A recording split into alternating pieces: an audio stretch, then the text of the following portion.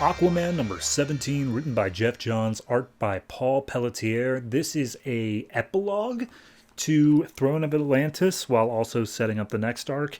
So we open up with a little narration saying like, the Phoenicians called their like little local water system thing going on near their country the Seven Seas, and then it was adopted by later cultures until eventually it just kind of meant all of Earth's oceans. So keep that in your brain for a while.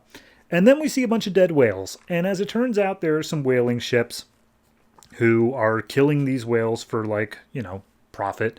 And then some speedboats come up and they're like, "Hey, stop killing those whales, Captain. We've only been here for 20 minutes. You've over poached or whatever." And they're saying that they've alerted the authorities and they'll be on their way out shortly. And then all of a sudden, the captain on this ship, Captain, he has a name, Moeller, pulls out a huge Atlantean weapon and says, "Well, we're going to shoot them because the authorities aren't going to actually show up." So they start firing off their Atlantean weapon. But then all of a sudden, a trident comes out, jams it, and the gun backfires on the ship. And wouldn't you know it, it's Arthur, Aquaman, and a bunch of Atlanteans. And he's like, "Yep, I am now king of Atlantis, king of the Seven Seas. I am Aquaman." And so at that point, all of the crew ready up their weapons and whatnot. But then they see it's Aquaman and they're like, "Oh, wait, crap. I don't think this is really going to work out." So Aquaman steps up and he's like, "All right, you're done hunting for good." And he's like, "I have a license." And he's like, "Yeah, for a certain amount. You have gone over that quota. And by the way, these are my seas. I'm the one who determines the rules here. You're trespassing." And he picks the guy up. Meanwhile, we meet this new bodyguard who's about to kill one of the crewmates. And Aquaman steps in like, "No, no, no. We let them live." And the guy's like, "They would just as easily kill us. Why should we not do this?" And he's like, "I'm sorry, are you questioning the king?" And he's just like, "Well, Orm always at least explained the stuff he did. I want to know why you're saying this." And Aquaman's like, "Okay, what's your name?" Turns out this guy is Merc. He is the leader of the Men of War, the frontline army of Atlantis. And he goes through his whole thing of why he is so deserving of this role. And how he hates the land dwellers for what they do to the sea, and specifically they killed all these whales. If you let the humans live, they will always return to kill again.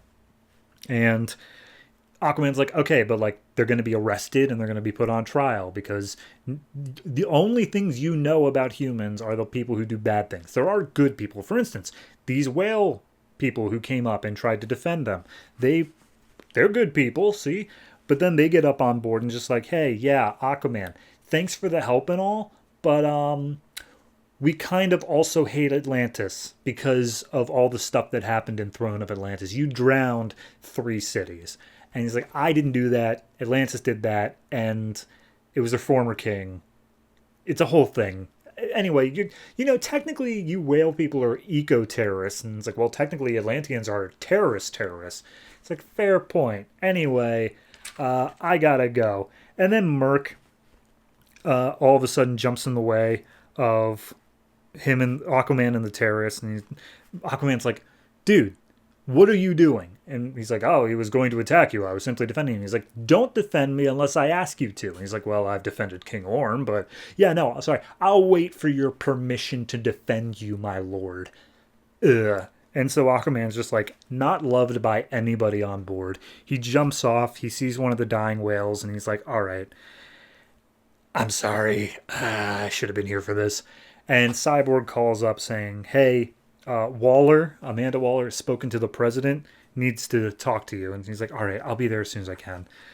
So then we see deep on the seabed, there's some group in some crazy ass scuba gear, and they come across some Atlantean weapons down on the floor.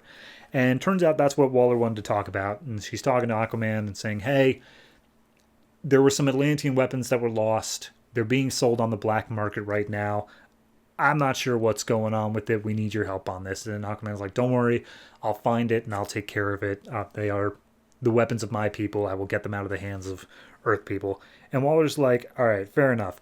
By the way, King Orm is probably going to be given the death penalty. And Aquaman's like, I'm sorry, I thought that was off the table. He's like, yeah, if he pled guilty, which he hasn't. So he's probably going to get the death penalty.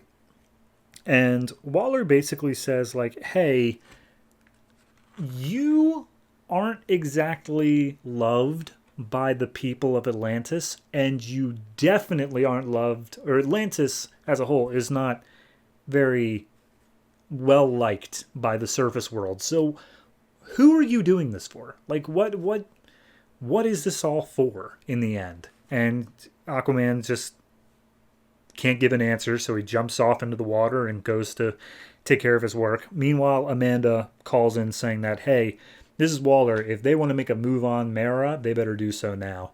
So then we cut to Amnesty Bay where Mara is shopping.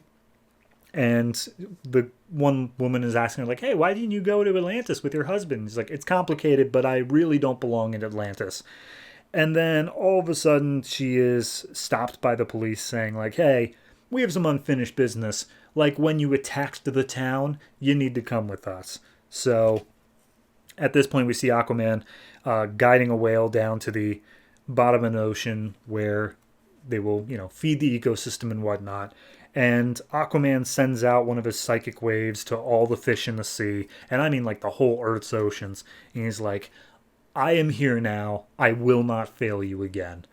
And we see the psychic wave make its way all the way to Antarctica, where some being comes out of a cave saying, oh, King of the Seven Seas, huh? How wrong you are. And I'm guessing that's going to be the big villain of the next arc.